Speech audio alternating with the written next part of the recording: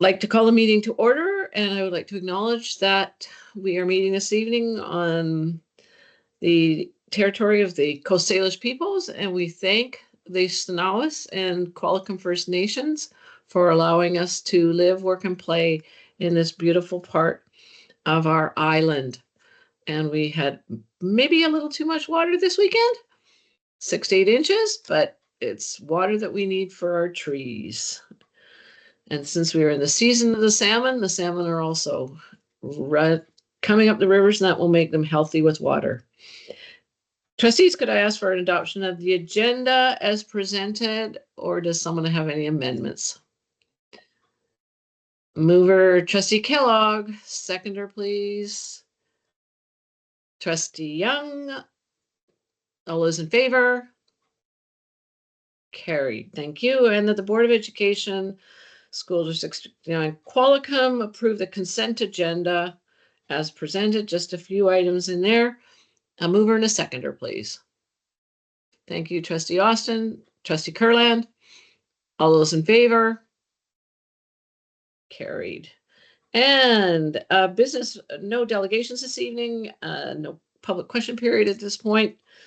And business arising from the minutes, responses from the public notices that we've had out, Craig Street Commons and Qualicum Commons, and I'll call upon Mr. Amos, and he has a paper for you in your package, page 15, that you can refer to, and I'll turn it over to Mr. Amos. Thank you, Chair Flynn. So included in your package for the board and the public is the briefing note that speaks to the Craig Street Commons and the Qualicum Commons and their public responses. So a brief background is provided in there, as you can see, but I do want to read a little bit of it. So the board at its May 28, 24 regular board meeting announced it was considering the closure of both Qualicum Commons and the Craig Street Commons to the public and business use, and that the decision would be made at the next board meeting, thereby October 25th. At the 25th meeting, June 25th, 24 regular board meeting, it was confirmed that a proponent had come forward, an interested party had come forward and proposed a longer term solution for one of these sites. And it caused a bit of a discussion amongst the board in terms of, are there other alternatives or other viable alternatives out there other than the outright closure of one or both of these sites? So at that meeting, it was suggested that the motion be postponed, and while recognizing that the board does not have the funds to support these two facilities, it would allow a period of public notice for interested parties to come forward with potential proposals on those two sites. Further, a report would be provided to the board for consideration in October, with a final decision to be made on those two properties at its November meeting. So this report is in response to that. So on the recommendation of the staff, we advertised a public notice for a 90-day period starting July the 11th. We got it out, and until about October the 11th, 2 Fridays ago.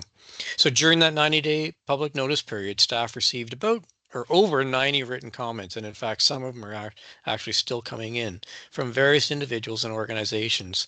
The majority of the responses were in support of what would be eventually a proposal from the Save the Commons community group that's seeking to run the operations and management of the facilities on behalf of the current tenants and community at large. And the board has since received that proposal, and that group has been very transparent in terms of their activity, in terms of trying to solicit responses and solicit an approach to speak to the board. So that's been received by the board, and it actually became public on behalf of the group itself last Friday. Clearly, majority, like I said, the majority of the responses of that 60 responses were in support of it, but there were other items that were sort of brought forward that basically is getting teased out in the public. And so one of it, obviously, recognizing that there might be the opportunity to demolish it and rebuild the building to get rid of that capital issue that we have. Other ideas that came forward were of the nature of working with the city Parksville or the town of Qualicum for recreational opportunities. And again, this is all about recognizing that there are very few recreational facilities in this Oceanside area.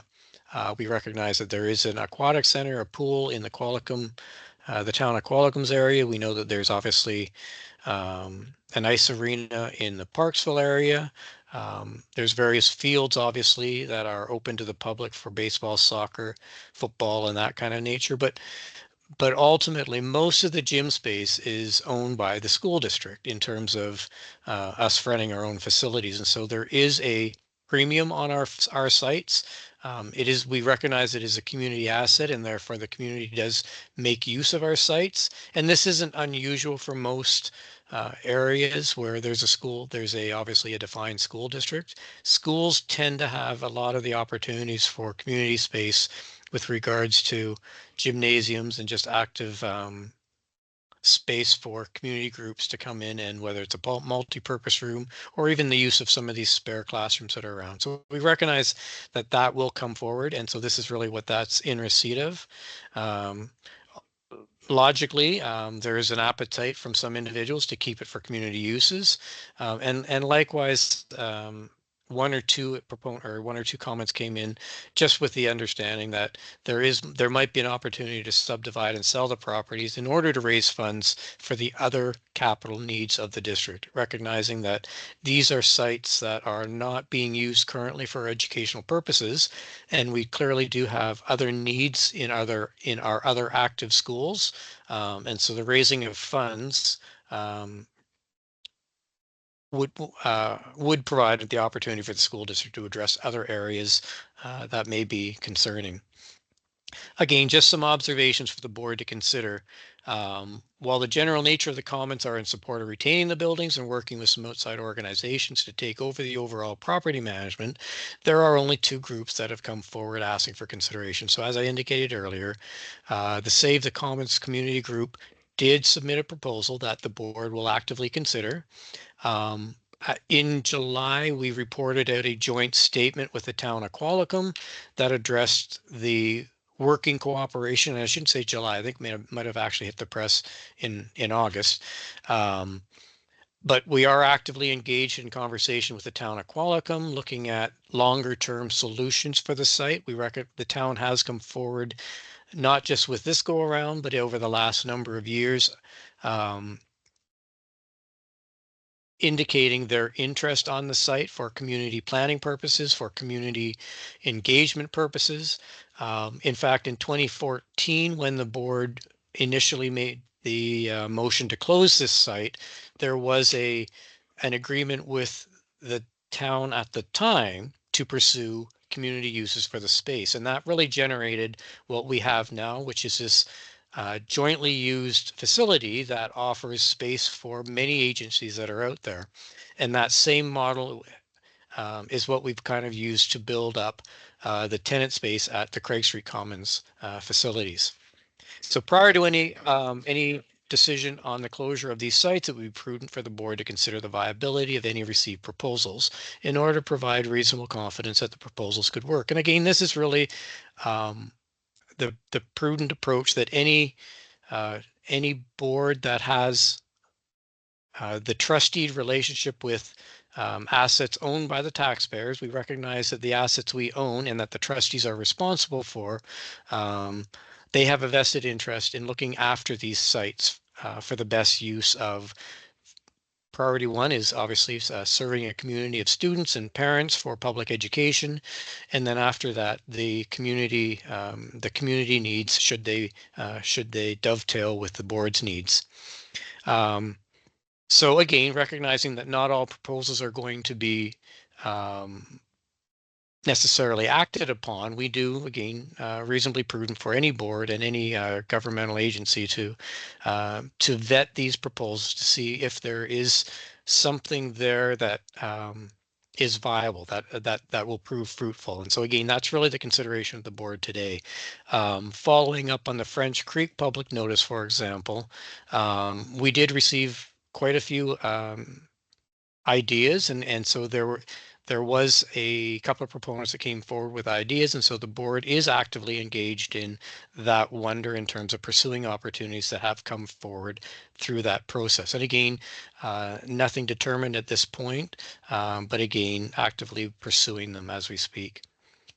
Meanwhile, in the meantime, staff will reach out to the proponents on this public notice, Craig Street Commons and Qualicum Commons, and we will discuss with those proposals with them as over the course of time, so that I can, or that staff can report back to the board on some of these wonders.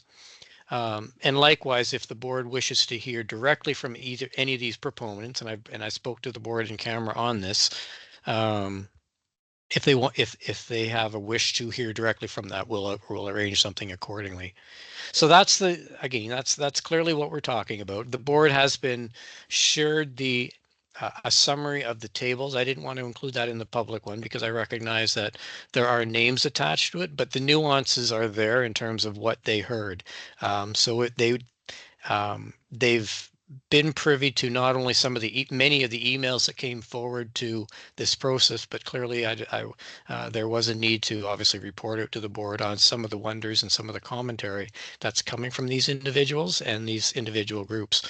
But suffice to say, the bulk of them are coming from the Save the Commons group, basically eliciting their response or their support of the proposal. This is really meant as reporting back to the board on that public notice, realizing that November, the board will reconsider that motion that was deferred from June, and they may make a decision at that time. But this is really about this report out today is really about the board being made aware of some of the information that came forward from the public, and letting them know that there are some viable proposals out there that staff will actively consider and certainly engage in those proponents with.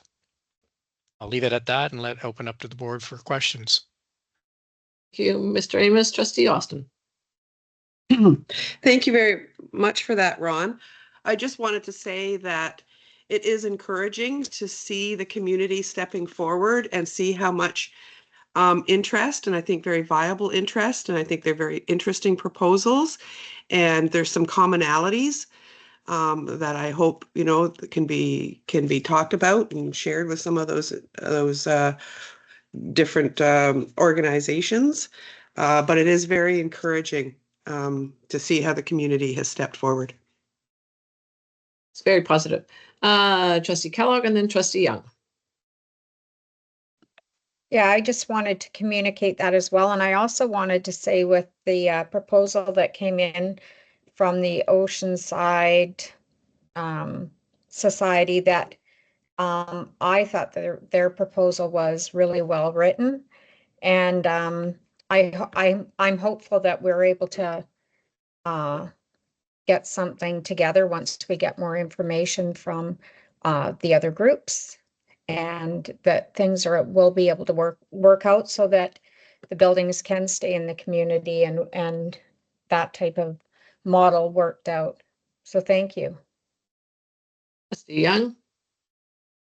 Yeah, I don't think there's much more that I can say, except that I've always, since I got on the board, 10 years ago, I've always seen these areas as areas for the public, and so I'm very hopeful that the parties can kind of get together and come up with something that will keep these important buildings in our community and keep them open to the community. So while I understand that it's costing us money or could potentially cost us money in this process, if we have to fix something, which we have in the past had to fix things, I don't want to rush this process in any way. So thank you. Thank you, Trustee Young. Thank you, trustees. Oh, I've got an echo. Seeing no further hands, I will call upon Mount Aerospace Teachers Association and the President, Matt Wood.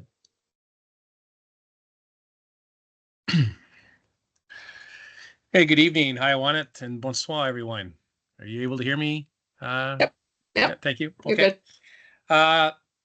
Yeah, first I'd like to acknowledge all the work that teachers do outside of their regular commitments to support their colleagues with things like professional development opportunities.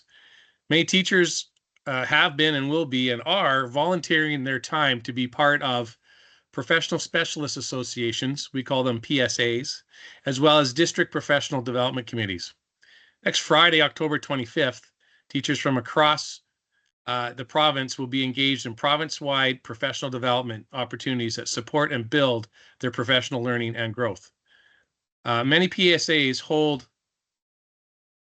sorry, I meant this Friday. Many PSAs hold conferences that are specific to knowledge and content areas so that teachers have an opportunity to connect and learn with colleagues with similar interests.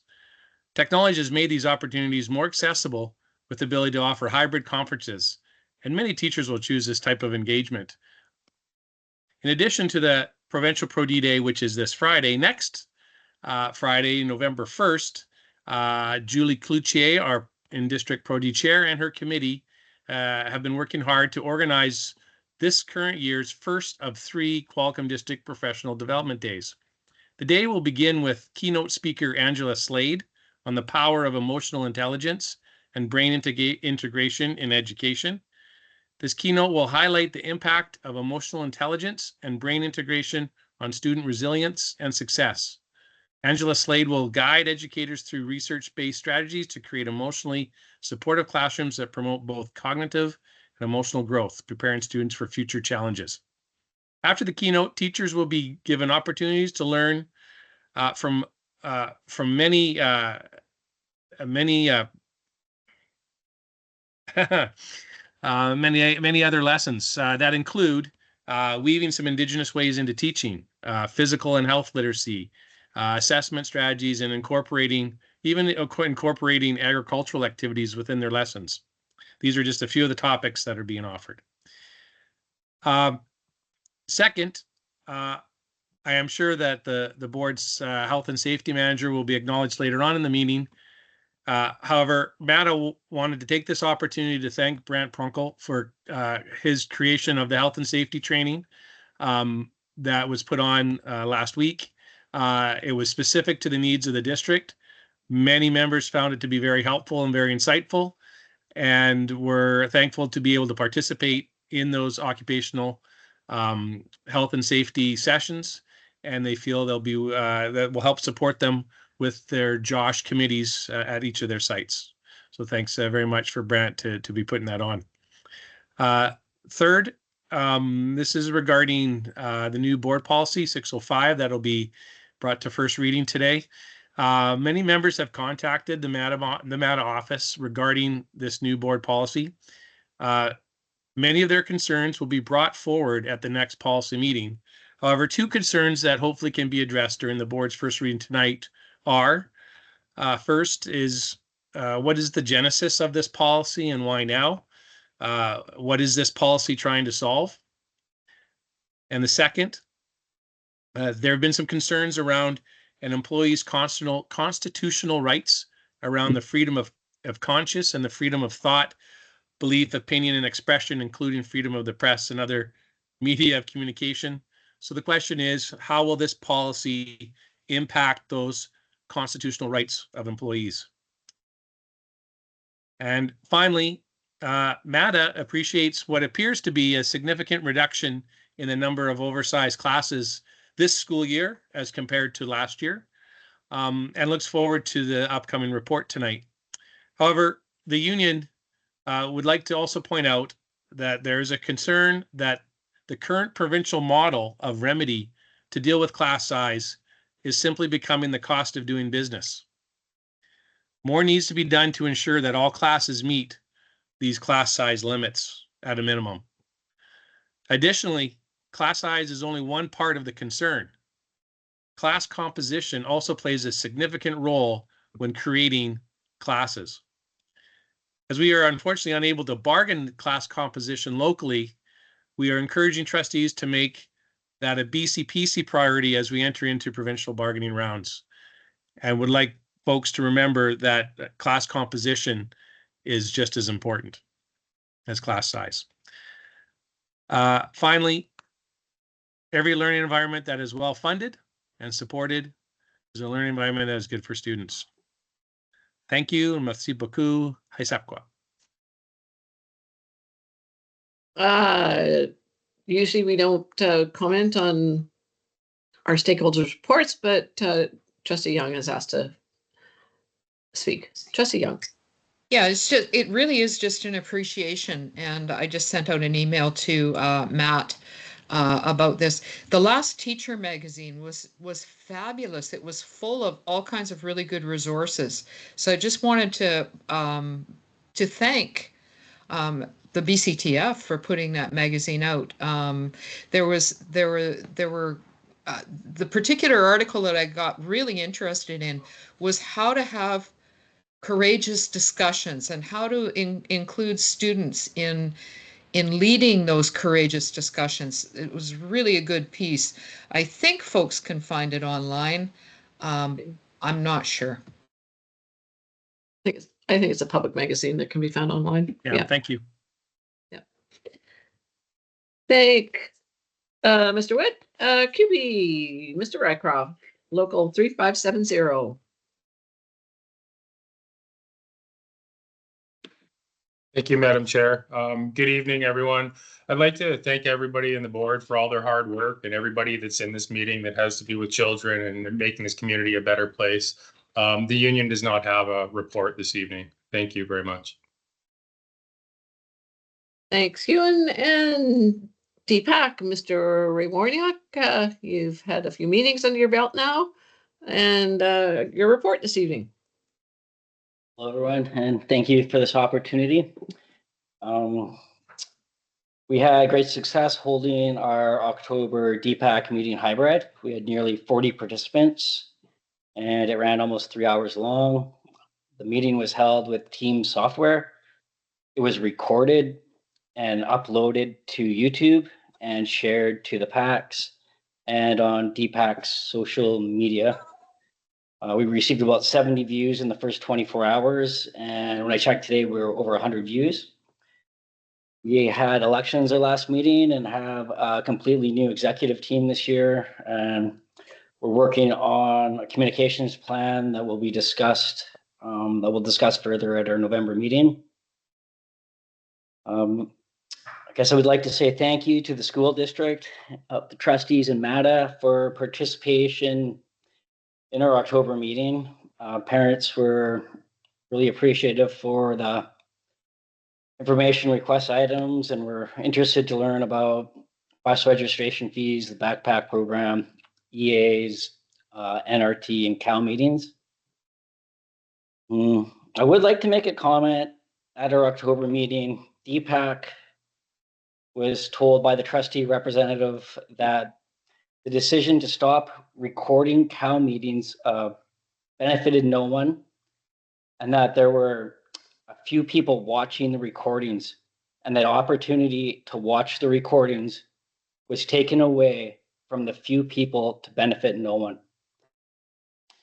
If the school district wishes to stop misinformation and build communication, I feel we should be encouraging communication and improving access to information, not taking it away.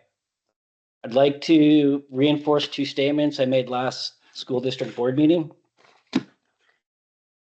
Parents are more interested in the discussion and rationales to decisions. This is how parents learn and stay better informed. How and why decisions are made is significantly more important than what decisions are made. This is the information parents want. And another statement was the rationale of decisions is of the utmost importance, not the outcome. Providing the rationale behind the decisions is inclusive, transparent, and mostly informative. We believe well-informed parents will create more trust and understanding, less conflict and questioning. Better informed parents and PACs will be more united and willing to work together.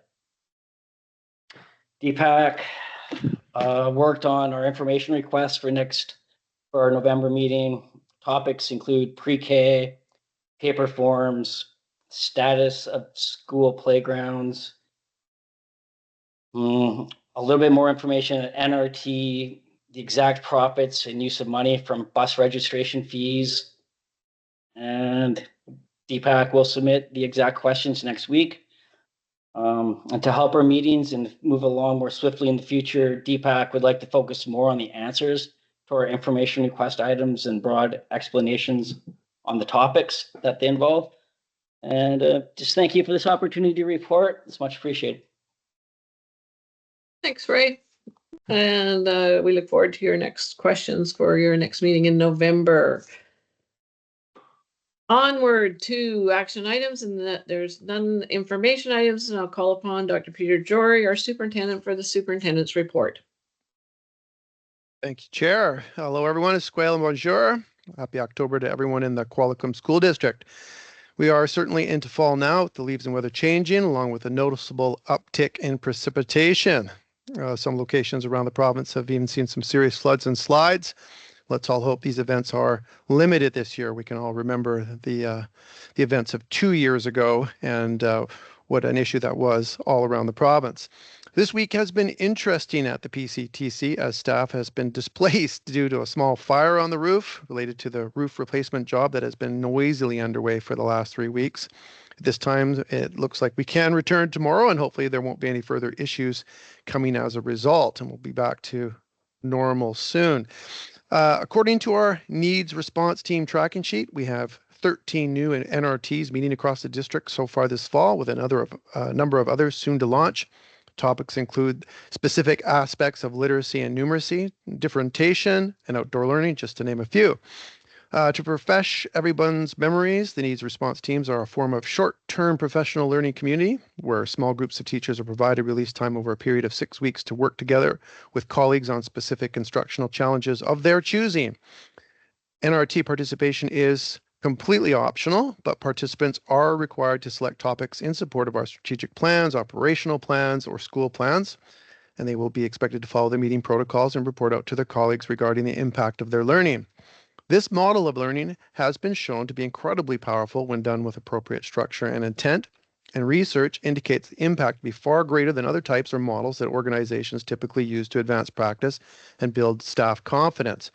Remember, the inspiration to launch the needs response team structure came from the Learning Support Review, where teachers told us they wanted and needed the opportunity to meet and work with colleagues on strategies and solutions for the challenges that frequently face them in the classroom. My sincere hope is that this opportunity will catch on and with continued support will contribute to teacher collective efficacy, which is a premier factor in both student success and job satisfaction. Last week we had our provincial elections, and due to the narrow outcomes in several ridings that will require recounts and tallying of mail-in ballots, we will not be clear on the final result for another week or so. This election was and is particularly interesting in the education world because one of the parties has cited a number of education reforms on their platform, including the return to letter grades and secondary subject-based exams, among other things. Well, we can go back to that place as we lived it for years and understand it well and can readapt if need be. Our preference is to keep moving forward as a system and champion practice that is effective and supported by the best and most current research. Having experienced the new fluoride at the dentist, for example, I have no interest in going back to the old fluoride anytime soon. That being said, I believe this notion of reform does illuminate a concern I have voiced countless times over the last few years, going right back to a blog I wrote in 2011 in support of the graduation exams. Essentially, a significant portion of the population does crave a higher level of assurance that the school system is doing the work it needs to do, especially given the open-ended nature of the new curriculum. This concern was revisited many times in many conversations over the next decade, and then through my doctoral study where it was made clear again that the current assessment program is not well understood by the public and looks sometimes to be a compromise that is leaving both ends of the political and educational spectrum somewhat wanting. The solutions, in my opinion, are clear. Communicate clearly about what is working well with our new curriculum whenever an opportunity presents itself. And there is much positive to share in regard to modern educational practice and the student successes we are seeing as a result. So much positive that can be shared. Also, and I mention this because it is FSA season, a high fidelity to the assessment process is critical to generating the positive and accurate results that can help convince the public that we are in fact doing our jobs well and that their children will be literate and numerate and fully capable of thriving in society because of our great work. Progress often requires proof, and this is a significant opportunity to provide and keep providing that proof to a public that pays tax dollars and deserves to know that they're being spent well. There are a number of other quick updates for you regarding enrollment, learning, and more, which the team will provide next, as I often do. I want to say thank you to all of our staff for their hard work and enthusiasm this October. Feels positive and things look and sound to be on track, and that is because of everyone out there in the system. My SEPCO, everyone, thank you and merci beaucoup. Trustee Austin. Thank you very much for that, Peter. I was just going to say it's sort of a reminder to people at when we passed the budget last April, and trustees, when we haven't heard the last of NERT, we will continue getting updates on the NRT program, and that trustees did ask at the last, when we passed the budget, that we sort of have a full review of NRT, what it's looking like to date. That'll be in the early part of next year, and how it relates to the budget. So we still have more information yet to come on NRT and how it is ultimately affecting students in our district. So thanks for that, Peter. Thank you, Trustee Austin. Any other comments, trustees? Seeing none, I'll call upon Associate Superintendent Ms. Wilson for the enrollment report, page 16 of your package this evening. Thanks, Madam Chair. Just want to look at page 16. It is a document that we shared at both the Finance and Op as well as the Education Committee, and it showed where our projections were in February. When we start to look at our staffing, we have local information that might change some of our projections in terms of what's happening at the school level. And I'll give you an example. For example, at Arrington Elementary School, we were anticipating that our projections, based on our projections, were going to be a little bit higher than they were. They weren't, so we staffed that school accordingly, and they had one division less than what we had originally anticipated. The same for the News Bay Elementary School. The projections were higher than what we'd originally anticipated, and then we made sure that our staffing was accordingly, and we didn't have a number of divisions as what we had originally anticipated. Do want to talk a little bit about and I did mentioning it at the Education Committee. We always get back and forth between Bolinas and KSS for a variety of different reasons. And so you can see there that Bolinas is higher in their projections and KSS is a little bit lower in their projections. Most of the students that are going over to Bolinas, some of them enjoy the football, and we have football only at Bolinas Secondary School, and so we do have a number of students that choose to go there, and a variety of different reasons, whether it's the drama program that's there that is a different program than what we offer at KSS at this time. So those are projections, and I'm not sure whether there's any follow-up questions. No, seeing none. Onward. Oh, no, Trustee Young, sorry. Yeah, I just want to clarify something that I think I understand. Those two classes that we had to reduce, they were still in the posting phase, right? That was my understanding. We didn't actually lay off anybody. Through the chair, correct, Trustee Young. We anticipated that there was, I'll use the number 10, that we originally start to budget for when we do our budget part around staffing a particular school. So if we think that there's going to be 10 classroom environments that we're staffing for regular classroom teachers, and our enrollment starts to come in a little bit lower than that, we don't release all 10, we reduce it to 9. And so that's what that means. So no, there was no layoffs. It wasn't put into the postings as being a position because at that time it didn't come to fruition. Trustee Austin. Yeah, I just wanted to comment because at Ed Committee, when you were presenting these numbers, it was mentioned that we've lost some students to, I believe they're called Coast Karma Learning Group. And I wanted to just make a comment about that. One is I do have a particular, I struggle with private schools because they are half funded with public dollars, and yet tuitions oftentimes are out of reach for everybody. So it's not an equity-based system. It's a if you can afford it system. Having said that, I think it's something for us to really think about and perhaps turn our attention to, that this is obviously a need in our district, and how can we help support some of these learners that perhaps felt they weren't getting the support that was necessary for them. I think it's an opportunity for us, and it may even be an opportunity to work with a little bit with the learning group. But I think it's obviously a need that we weren't meeting in our district. So I think that's something we could look to. Trustee Young and Trustee Kellogg. Yeah, you actually brought up a point that I hadn't thought of, Trustee Austin, and that is if, like, I don't know that much about private schools. I've always been in public schools, and I believe in the public system. But my understanding is if they're not certified by the BCTF, then they don't have to follow the class size limits that we have in terms of the number of students, designated students in a classroom, yada, yada, yada, and I guess the class size as well. And I wonder if I could get some clarification on that from somebody in the management team who might know.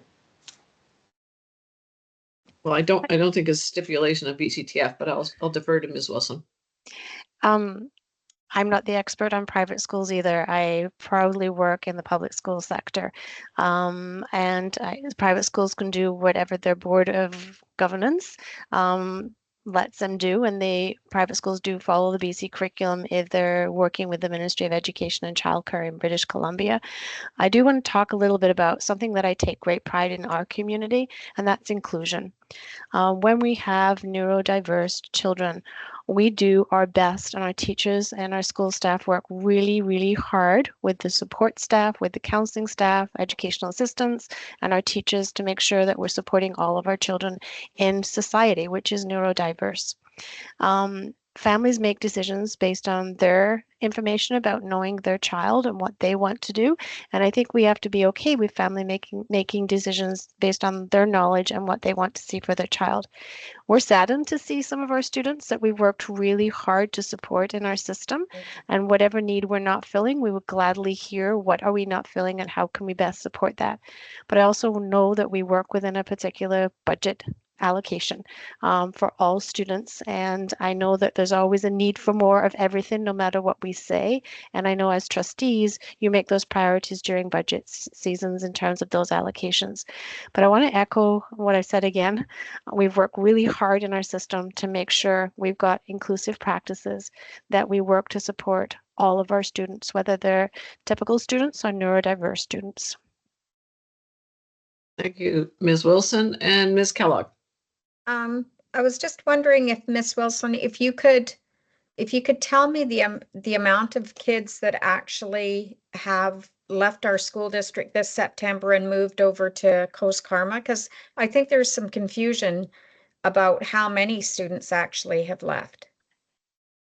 So I don't have the exact number of children that chose to register over at Coast Karma. That's some information that I can see if I can collect based on what we would say are student file transfers. But what we do know is that in our level 1, 2, and 3 funding categories, so that's the supplemental funding support that we get for a child that has a ministry designation, we've seen a change. We've seen a change predominantly in our level 2 category, which is children that are living with autism, that are living with chronic health designations. We've seen a change in that area, and we're down about 22 children in that particular area. So We can surmise, but I couldn't confirm that all of those children have gone to Coast Comma. It could be for a variety of gone to other places too, but I can certainly get that information and see if we can find out through MyEd where we transferred the files to and share that with trustees if that's a number that you'd like to have as a specific number. Yeah, thank you very much. I thought it was about 20, but 22. Thank you so much. Any other questions, trustees of Ms. Wilson? Seeing none, we can move to then class size and composition report, Associate Superintendent Wilson, page 17 of your package this evening. So thank you for the recognition from our local president around working with our class sizes. So this is the class size report, and it is different than what you saw last year. And our administrative teams have worked hard to try and make sure that we're under or at less than 30 in terms of our class sizes. The classes you'll see before you are classes that I know sound better when there's more children in those classes, and those are usually our band and music programs. So you can see at Ballina Secondary School, the 2 classes that are over are our band programs. And we do work with Remedy for the teachers because it still is over 30, but we also know that our band, and in particular our choir program, it's nicer to hear that many voices, and the more voices in that particular program, the better. At Qualicum Secondary School, you'll see there's an ADST and General Exploratory Music. That is our band music program, and they do band or music one day, and then they do an ADST the next day, then band, and then so they're in a cohort together. So it is a larger group because they are the music program in the grade 8 year. You'll see the music 8, 9 and choral music is over as well. And then you'll see we've got 2 other unique classes that are over. One is photography 11, 12 combined class, and it's sitting at 31 currently. It's a unique course. We don't offer it more than one class, so it's hard to say, you know, Jill, you cannot go to that particular class, and we have gone at 31. The other one is a pre-calculus course, and again, it's one of those courses that students want to take, particularly if they're moving on to university, and some students want to take it their first semester and then perhaps take it the second semester because they want to get a better grade. We have lots of things that students want to do, and unfortunately, we do have some students sometimes that move to a different math and not pre-calculus math is not where they want to be. So again, councils make that decision with administration around oversizing. It's the admin that make the decision to oversize the class, but it's councils that are working with our students to be able to make sure their timetables are fitting. So those are our classes. It's a very complicated process, but I do understand the bands and choirs and things like that, that, you know, you need lots of instruments to make things robust. Are there any further, Trustee Austin? Thanks for that, Jill. You said at the beginning that it would look different than it does last year. And if I'm recalling from what we saw last year, we did see more classes, not excluded the band, the music program. So it does look like, you know, there's been a lot of work put into this and it's starting to pay off. So thank you very much. It's the school teams that did that work, and I'll make sure we pass that on. Thank you. Seeing no further hands up, thank you, Associate Superintendent Wilson, and I'll move on to educational programs update of the tag team of Associate Superintendent Wilson and Director of Instruction, Mr. Churchov, and maybe Mr. Terpstra is going to go first. Yeah, I think Miss Wilson needs a break. Maybe I was going to let her keep going on a roll. Assessment has been mentioned in quite a few reports this evening. And so I just want to highlight, we have, of course, class reviews going on in all of our K-9 classrooms across the district. We've had a kindergarten snapshot led by our teaching and learning team. So as everyone can remember, they run all of our K students through a series of from physical literacy to literacy and play stations, and just to get a nice look at where our kindergartens are at as there are new students in the system. We also have district assessments going on in writing, grade 3-5. Literacy 9 will be going on later on in November. And we have numeracy, which is going to be highlighted by our numeracy series that I'm going to talk about in a little bit. So, and just in appreciation, we have our provincial assessments, FSAs going on in grade 4 and 7. And I did want to share because, we are a responsive system, and one of the things that came out particularly when we're doing FSAs, but all of our assessments across the system, was that reiterating the fact that an assessment shouldn't be this big stressful event for students, but a learning opportunity in as normal a regular class as we could. And so to that end, a shout out to Denise Spencer-Dahl and Vice Principal Mark McInnes. We created this universal supports one-pager that went out to all the systems. So this goes out with the FSA bundles, goes out to schools for district assessments, and really is available to any classroom. And it just reminds people of ways that they can support students in their assessment, and that kids can expect all the things that they normally have in a regular classroom, even when they're doing a provincial assessment. Other things I wanted to share, related to that, we have a numeracy learning round happening at Springwood Elementary School on Monday the 28th. We have a primary group, and that's fully subscribed at 30, and we have a few spots for our intermediate group. Again, thanks to Deanna Pepper, grade 7 teacher at Springwood, who's going to host the intermediate co-taught lesson with Carol Fullerton, and Jordan Alves, also at Springwood, who's going to host the primary one.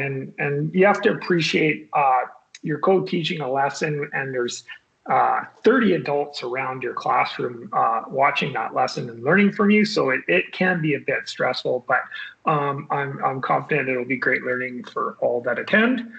And then, just to echo what Nat said, the provincial Pro-Ds have been well subscribed.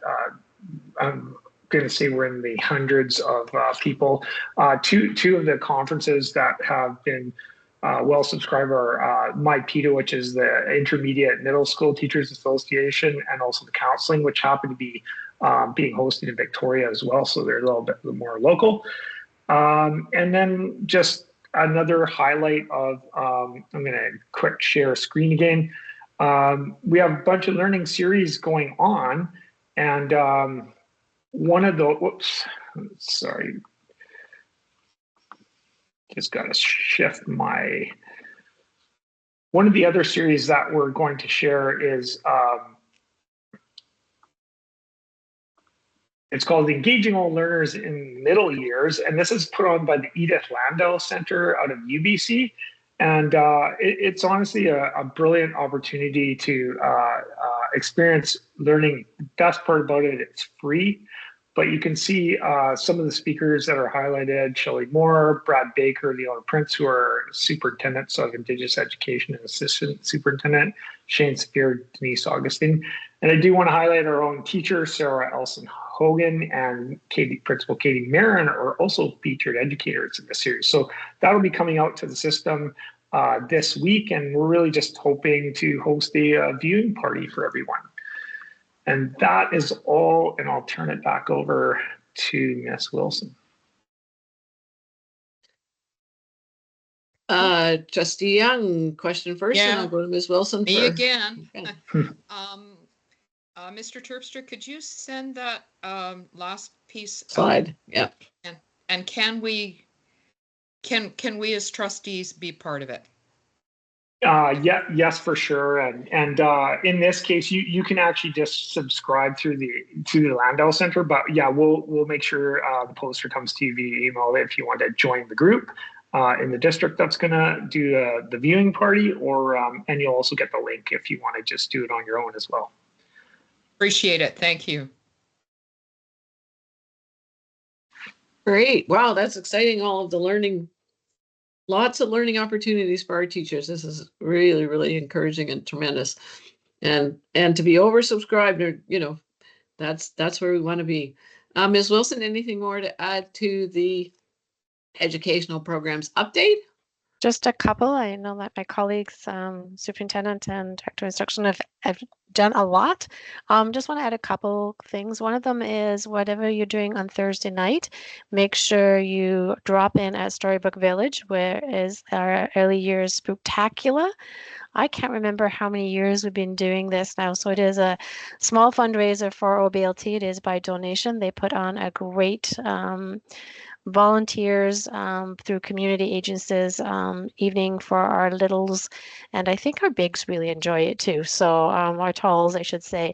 So spectacular over at Storybook Village on Thursday evening. I think the doors open around 4 o'clock, so enjoy that.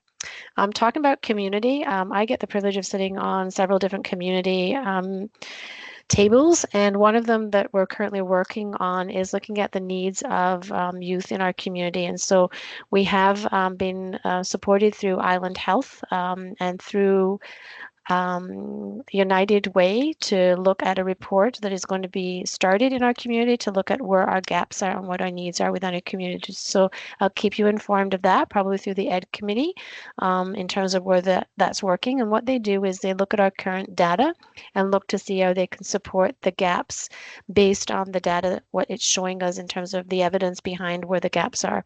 That also speaks to the ICY, and the ICY is currently collecting information.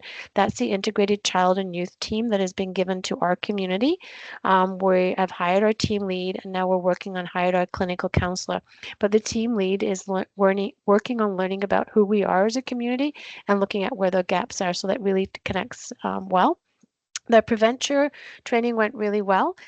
So parents of secondary schools are going to get some information in the next couple of months in terms of consent to have a screener done to be able to look at what kind of personality tendencies our youth have, and then we'll have working groups that go in after the winter break to be able to support some strategies around drug and alcohol prevention. So stay tuned for that. I want to also give the heads up around something that we'll start working on this next month, 6 weeks, and that's our calendar. Our calendar that we did last time was a 2-year calendar, and it finishes this June. So it is our responsibility to make sure we move into collaborative conversation around our calendars, working with our stakeholders, and then working with our community to look at what our calendar dates look like next year. So heads up that a survey of some sort will be coming out for parents and our staff to complete. And the other thing I wanted to mention is it is an individual education plan season, and so our teachers with their support staff, so our integration team, as well as our learning support teachers, are working on developing IEPs for our students that our individual education plans are needed to be able to support their learning. So it's a busy time for that.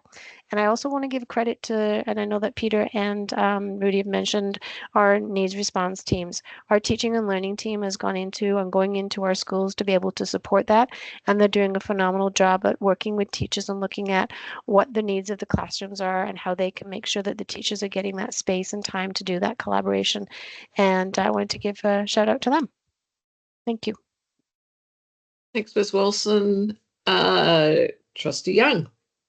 A quick one this time, through you to Jillian. What I'm hearing from the street, what little time I spend on the street, is that some of our youth are out of school and a little bit older, that kind of 19 to 25 age group. And I'm wondering whether any of the programs, the great programs that you just talked about, include that age of youth, and if so, what community organizations might be involved in that? Through the chair, the Integrated Child and Youth Team, which is still not, it's up and coming, it's not really fully running or anything of to be able to support directly to clients at the moment, but it will go to 19 and beyond, so that will provide that support.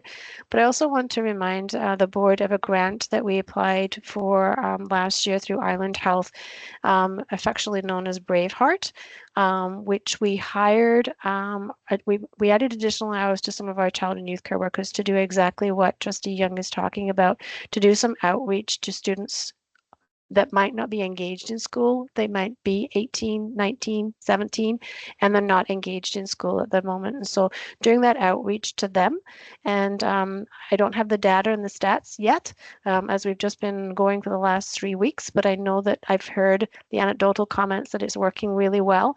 And, you know, so-and-so got connected with so-and-so, and they're looking at getting back into school or finishing that course or doing those kind of things. So stay tuned for the data on that.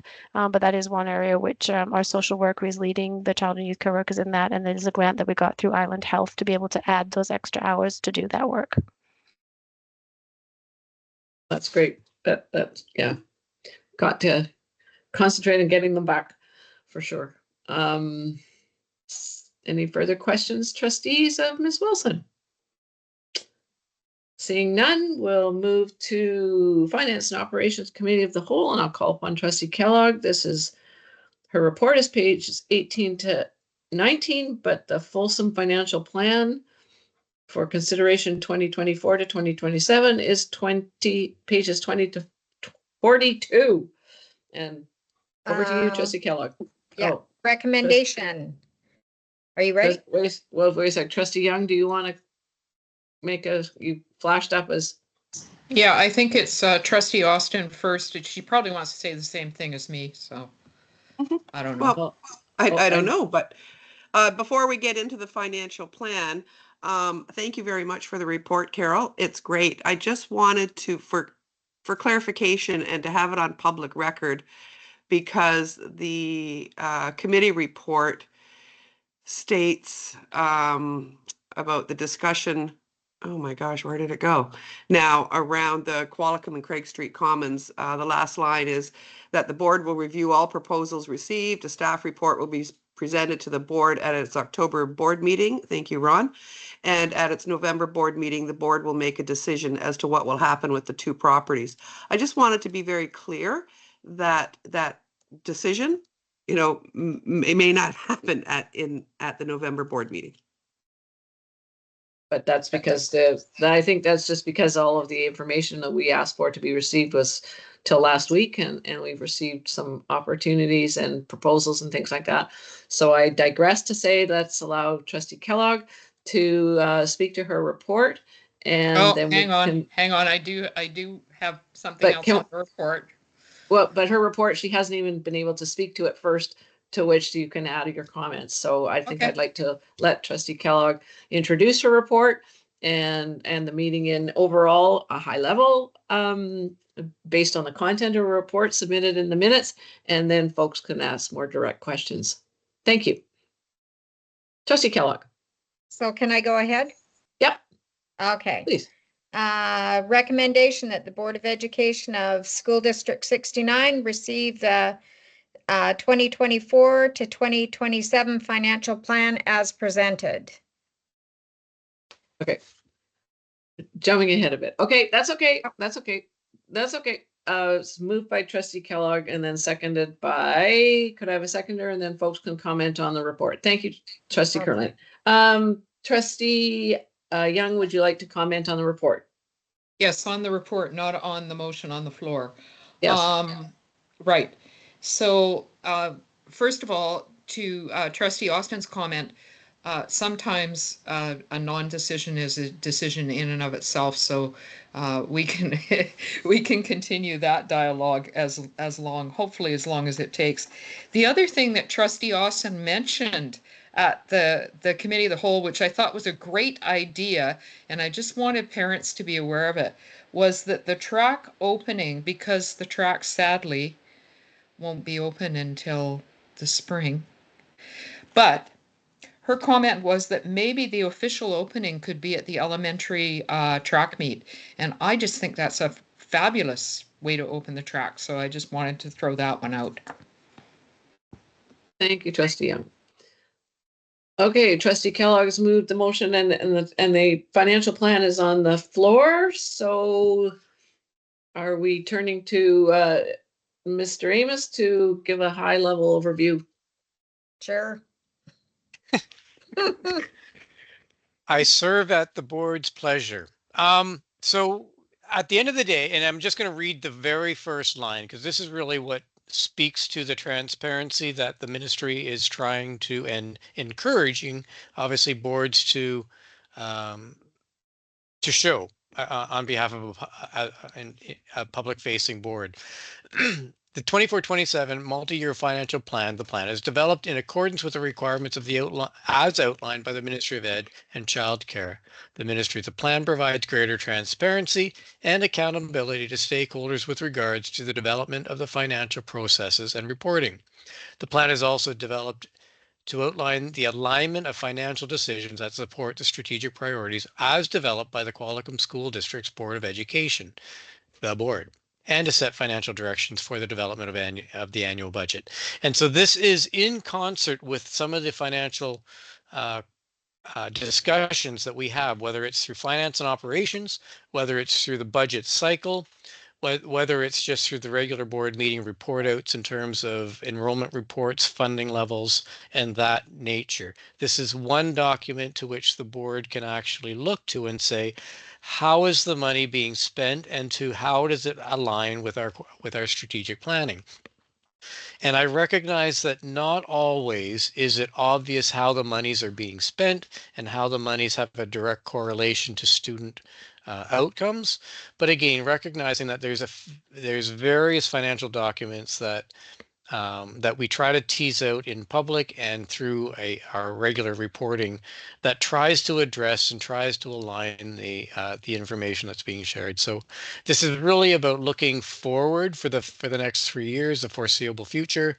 What you see is 4 years past, 3 years forward, aligning our projections to the funding that we know of, to some of this longer term planning through budgets, through local capital, through capital reserves that we have, and through capital planning that we do. So one of many reports that we try to present, obviously fairly, the information that the board has to work on and make decisions on. Again, trying to keep it at the higher levels, but recognizing that this is one of many. Not always do the reports tell the entire story. And again, this is really what it's all about in terms of whether it's through this reporting, whether it's through our financial statements that were presented to the board last month, and the financial statement analysis and discussion that provides further information. It's really about trying to be as transparent as we can, without getting lost in the woods or getting lost in sort of the micro numbers of what makes up a $60 million budget. That's it. Thank you. And I think, thank you, Mr. Amos. This is a requirement. This has been an expectation of government now to look ahead 3 years. And it is hard to understand with enrollment fluctuating and things like that. These are the times and the best information of the day that we work with to create documents like this. And it's been the expectation. And I think this board had in many years ago made a proposal to the Minister of Finance, the Minister of Education, Mr. Fassbender of the day, that districts be allowed to do forward thinking and capital spending that we could pay back later. But yet it still is a notion that doesn't seem to land very well with the ministry. We deal with hard facts. Hard facts of the time helps, I guess, to have the minister and Treasury Board project what school budgets can look like, but we can only do what's best on the ground at the time of September 30th and quarterly reports and things like that. But it is an expectation that is out there for us to prepare this financial plan with a horizon of 3-year planning. It'd be just nice to know that the government was actually going to fund us to the expectation of 3 years in advance and beyond. And so it becomes a bit convoluted and complex, and especially in our day right now where we have no government. Anyway, Trustee Young, I won't go there. Oh, I just wanted to, Treasurer Amos, did you want to address Julie's question about the line about the properties in the report? The line of, sorry. Trustee Austin, do you want to restate what your question was? I'm a little lost as well. I think I've got it. The one that my concern about in the report that we said we'd make a decision in November. Yes. Yeah. Oh, and how that relates to the financial planning No, report? We're just, okay, about the report. Well, yeah, that, all I wanted to do was clarify that it's not hard and fast that we'll be making a decision at the November board meeting about the properties. right. Thank you. Okay, Trustee Young. Yeah, just for a little bit of information, for example, how the financial plan summary will work. And it's highly readable. It's the kind of thing that we might talk about at our upcoming meeting, and we would talk as a group of trustees about how we can advocate, as Chair Flynn said, for the government to understand our situation and that we may need more funding and so on. So it's a point of advocacy that then we can take forward and discuss further as a board. Thank you, Trustee Young. So are there any more questions on the financial plan as presented? This motion has been moved and seconded for approval. Call a question. All those in favor? Thank you very much. Carried. Finance and operations down, policy committee of the whole. I'm the new facilitating trustee on the committee of the whole report for policy. And we have, first off, and this is in your package, pages 43, 44, my notes of the meeting, and then pages 45 to, it's got to be more than 47, but that's just the first piece. It's 45 to 60 are the policies we will be dealing with this evening. For information, as we know, administrative procedures required to be brought to the board, but only as information from our senior staff. So we have the board policy 700, safe, caring, and inclusive school, with some administrative procedures being made.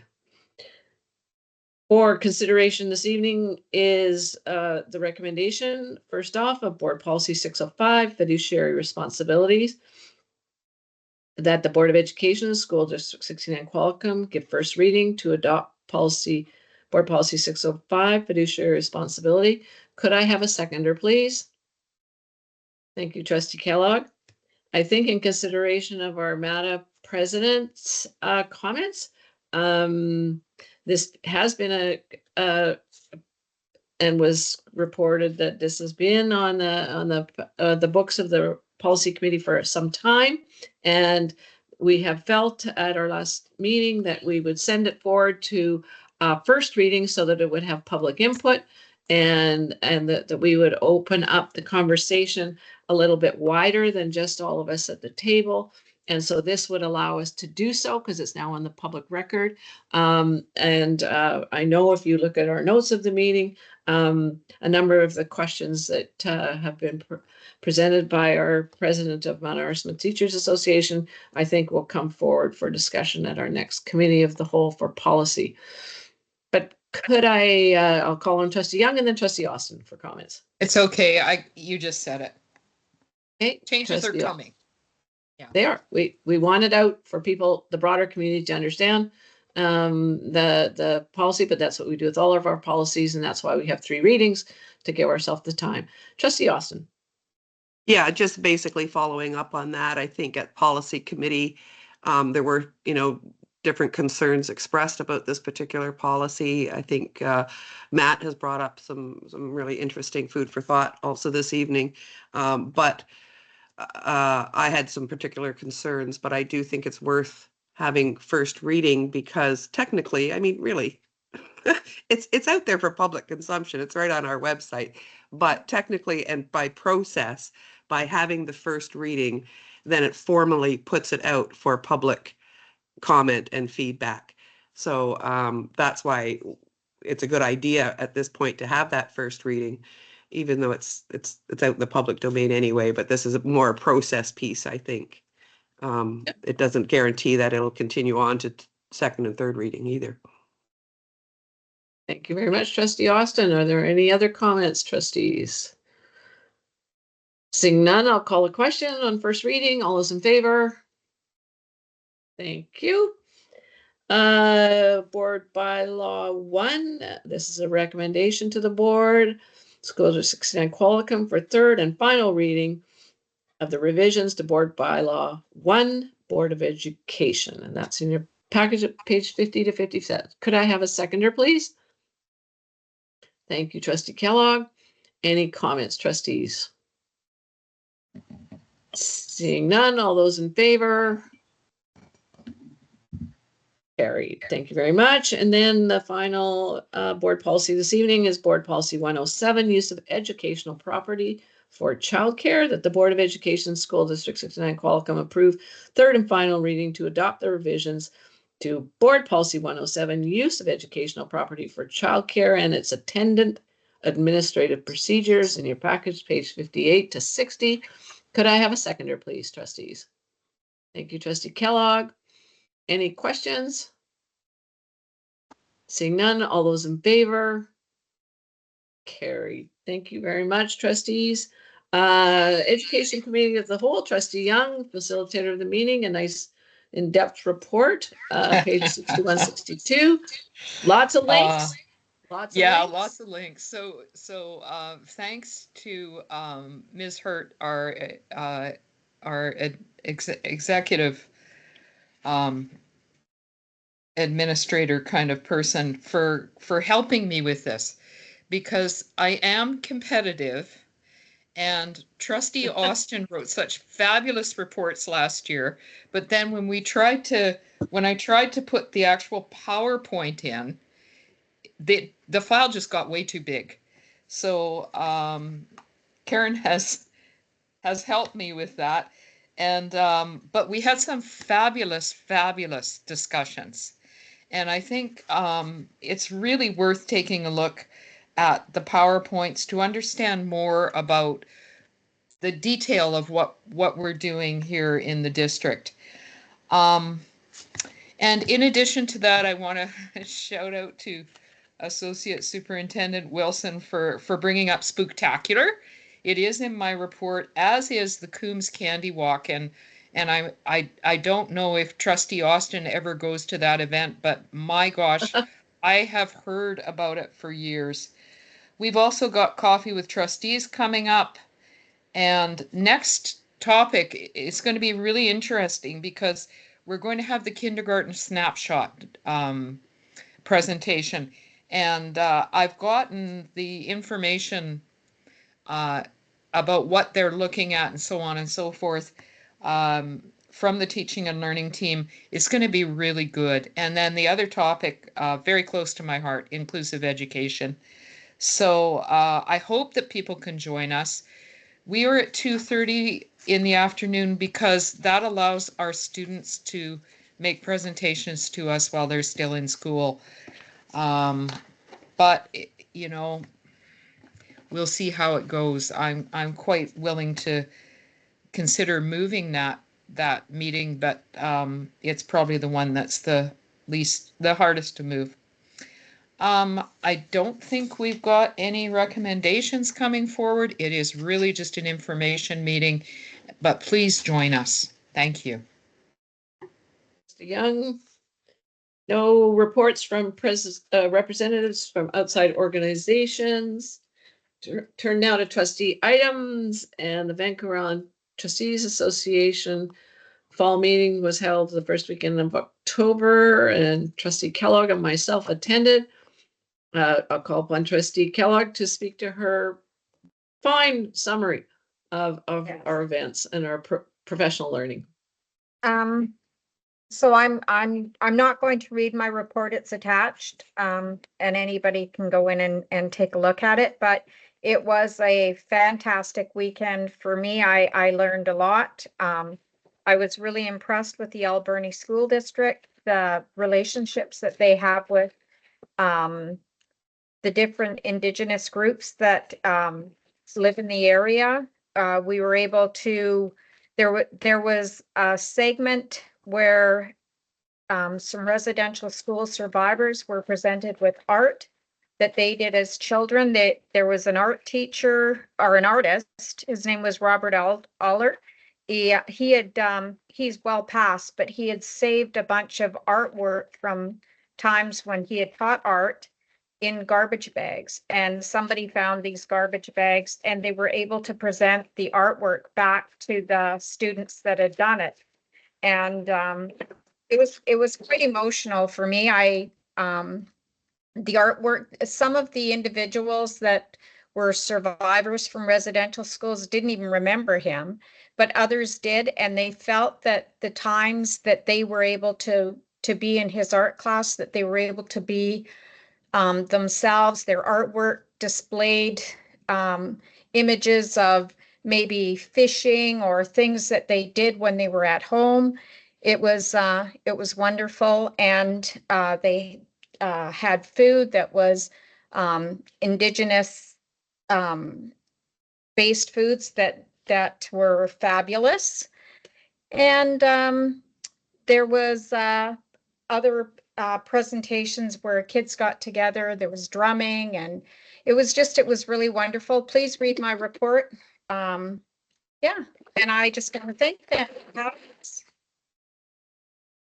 Thank you, Trustee Kellogg. Thank you. And then I think to add, I would say that the Vista business meeting, our business portion of our meeting on the Saturday, we received a very intensive and extensive report on the ERASE program, the anti-bullying program, and the resources provided through Safe Schools Together.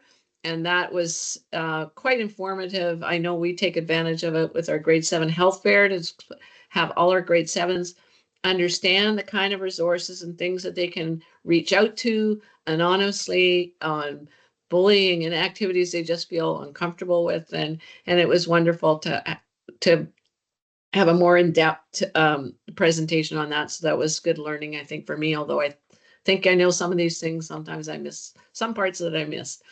Trustee Austin. Thanks, Carol, for that synopsis. I did attend on the Friday, and I was there for the presentation from the Alberni Art Survivors Group, and it was incredibly powerful. And it reminded me, I'm proud of our district because our district, our teachers, our schools value art and artistic expression so much. And I look at other school districts that sometimes, that's one of the first places they look when they look to cut. But it just, it was a testament when listening to their presentation of the power of art and how art is a part of all of our lives and it influences our lives, and how their art from 50 years ago is continuing to influence their lives, and not only their lives, but is touching hundreds of lives across the country as they tour this within museums across the country and beyond. So I just found it very powerful on multiple levels. Very moving, because these were local residential survivors, and their stories were quite impactful because we got to meet with them and talk with them after. No comments from everyone. There's no board correspondence. Public question period.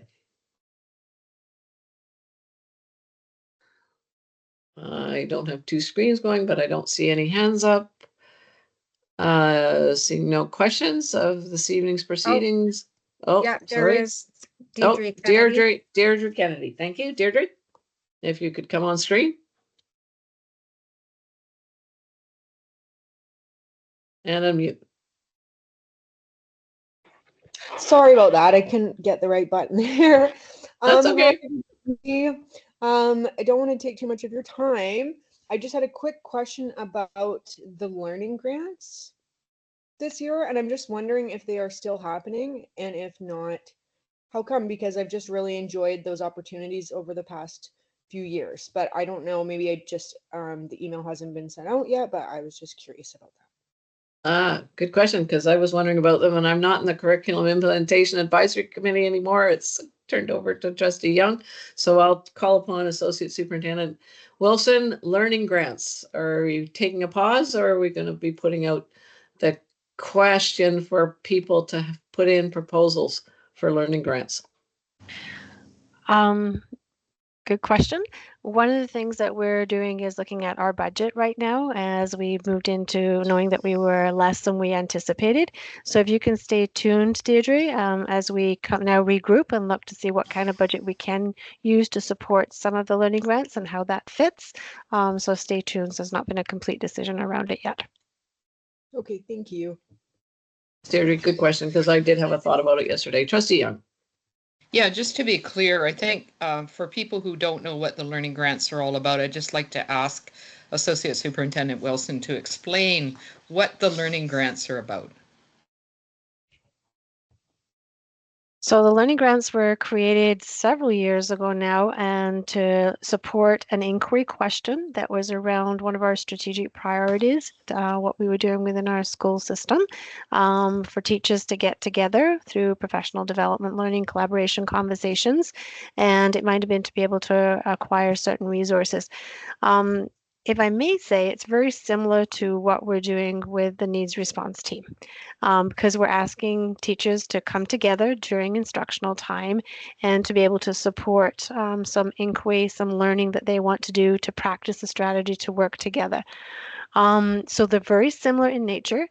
We didn't have the opportunity, maybe we will, with NERTS. We haven't decided how we're going to showcase what we're doing across the system, but with our learning grants, we had a year-end event or celebration where all of our teachers who'd done a particular grant, what they'd written and applied for, celebrated that by sharing their learning with their colleagues, and it was spectacular, amazing to hear what we were doing across the system. So we're still in lots to plan as we've now come out of that budget kind of conversation to look at what our next steps are with what's similar with the NRTs to the learning grants. What are we missing if we're not capturing some learning grants through the NRT? And then what can we do to celebrate and share the learning that we're doing in our schools across our whole system?